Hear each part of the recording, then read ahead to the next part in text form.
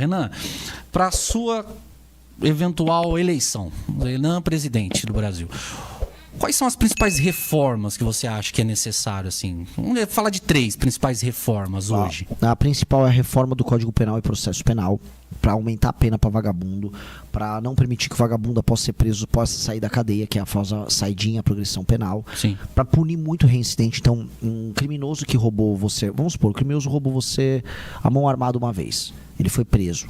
Ele tem que ficar, no mínimo, sem progressão, 10 anos. Mas vamos supor que ele saiu da cadeia e veio cometer esse crime de novo. Primeiro, ele vai pensar 2 vezes antes de cometer. Só que se ele já endureceu a primeira pena, né? Exato. Se vier mais uma pena, ele vai pegar 18, 20 anos. Tem que ser esse o número. Se ele matou você, aí ele vai ficar preso o resto da vida dele. Tem que ser isso. Não pode haver a chance do reincidente reincidir. Ele tem que ter muito medo de reincidir. E o cara só vai reincidir e só vai ter medo se ele entender que a pena é muito dura e a chance dele ser pego pra polícia é alta. Então, reforçar a polícia, aumentar muitas penas, acabar com a progressão e com a saidinha. Essa é a primeira coisa, porque a gente tem que. É muita gente sendo roubada e assassinada no Brasil.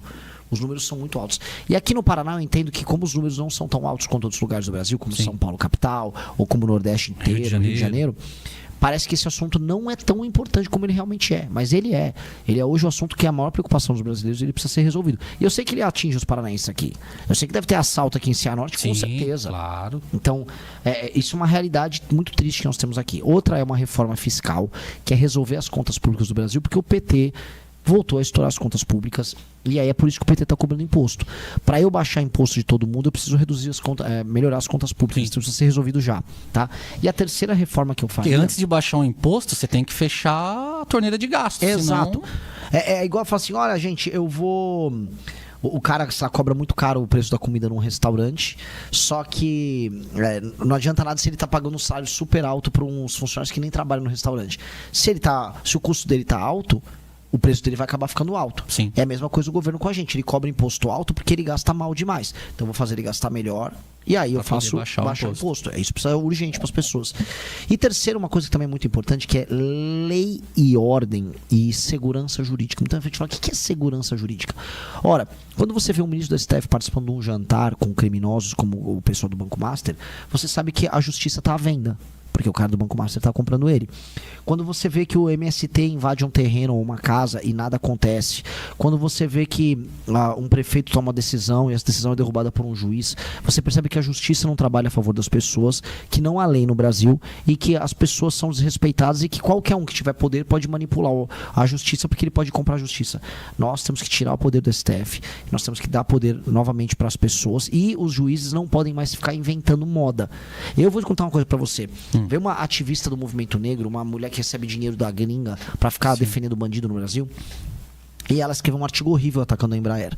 Uma mulher de esquerda. E aí eu peguei, né, e falei que ela era uma jeca, uma deslumbrada. Ela me processou falando que eu era racista porque eu chamei ela de jeca.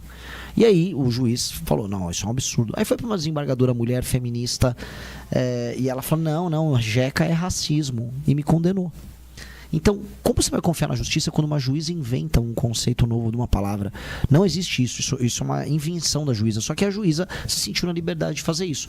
Nós não podemos viver num país de insegurança jurídica, em que nada do que você faz, você tem segurança se você pode confiar ou não que vai ser garantido. Por exemplo, a sua propriedade, a casa que você compra, um terreno, uma frota de caminhão que você está financiando.